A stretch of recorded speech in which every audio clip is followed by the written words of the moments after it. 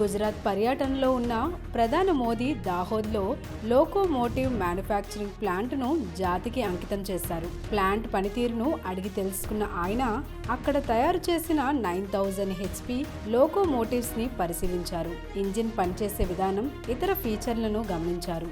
ఈ ప్లాంట్ లో రూపొందించే ఎలక్ట్రిక్ లోకోలు దేశీయ అవసరాలు, ఎగుమతి కోసం వినియోగించనున్నారు. వీటి ద్వారా రైల్వే సరుకు రవాణా సామర్థ్యం మరింత పెరగనుంది.